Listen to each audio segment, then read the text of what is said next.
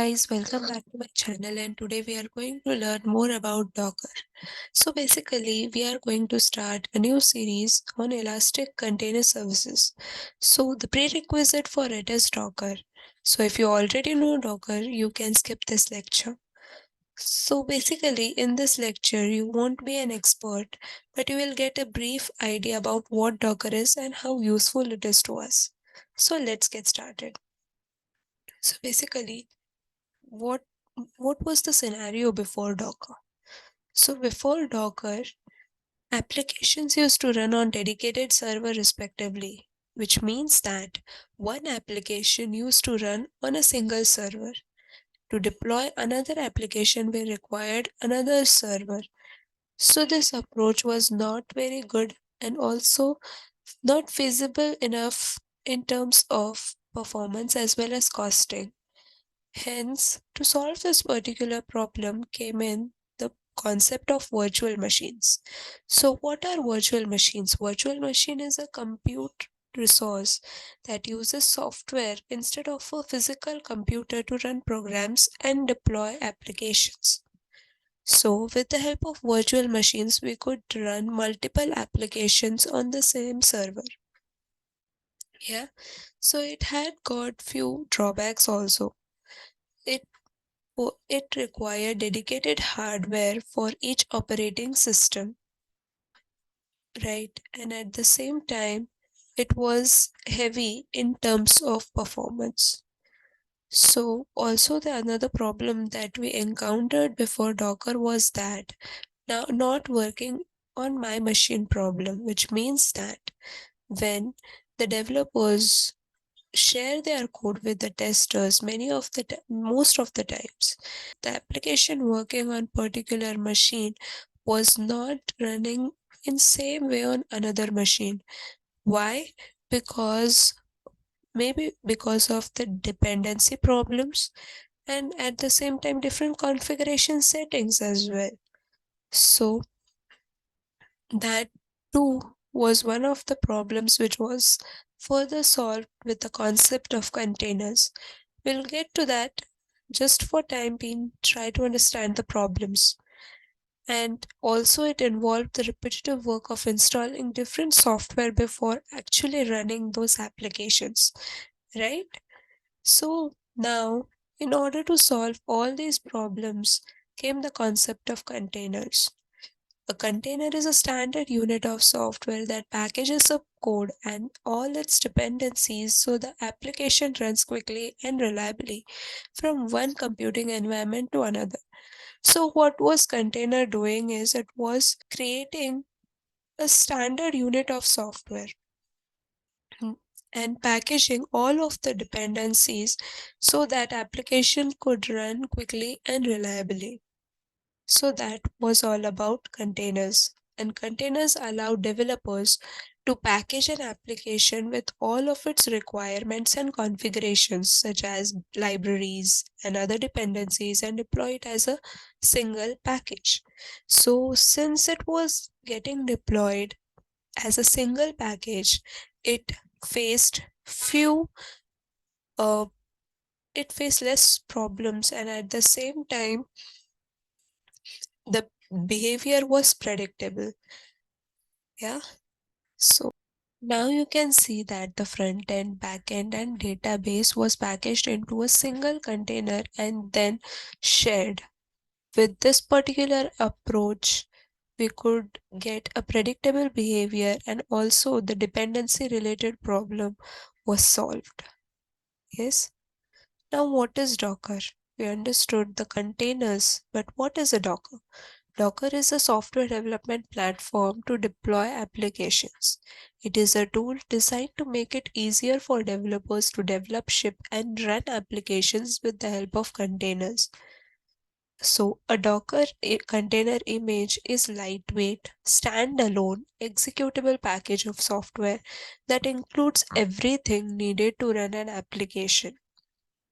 It may include any of those like code, runtime, system tools, system libraries, and many others. So let's try to understand what is the difference between containers as well as virtual machines. So basically, you can see that the virtual machines are handled by the hypervisor. Hypervisor is one such software that is directly placed on our hardware and is the one who manages and handles all the virtual machines. Whereas in case of containers, you can see that the container engine works directly with the operating system of that particular machine and accordingly runs the applications on the same operating system. Also, you can see that in case of this virtual machines, each virtual machine has got a respective guest OS on which it runs, right? So this of which hypervisor reserves a specific amount of hardware for this particular OS, which is again heavy and hence it creates a lot of performance issues, right? Whereas in case of containers, the application doesn't run on particular separate operating systems, whereas all the containers have got a shared operating system that is the host's operating system. Also, the startup time of virtual machine is in minutes and that of containers is in seconds. So you can see that how fast these containers work, right, without creating less amount of performance related issues, right? And this also, it is fully isolated, whereas containers isolation is mostly related to the process level isolation and possibly it is less secure as compared to that of virtual machines. So this is what we could understand from containers versus virtual machines. Now why Docker? Because Docker is available publicly for everyone. It provides environment or isolation. It is also operating system independent and hence cross platform develop. It provides rapid development as well as deployment. You can ship anytime and anywhere, right? And dependency management is also made easier with the help of Docker since we are creating or adding all the dependencies into that single package and then shipping it. So, where are the Docker images stored? Docker images are basically stored in Docker repositories like Docker Hub, which is its public repository where you can push and pull the images from that particular repository. So images like Node.js, Java, any kind of images you can see over here and you can accordingly implement it in your project as per the requirement.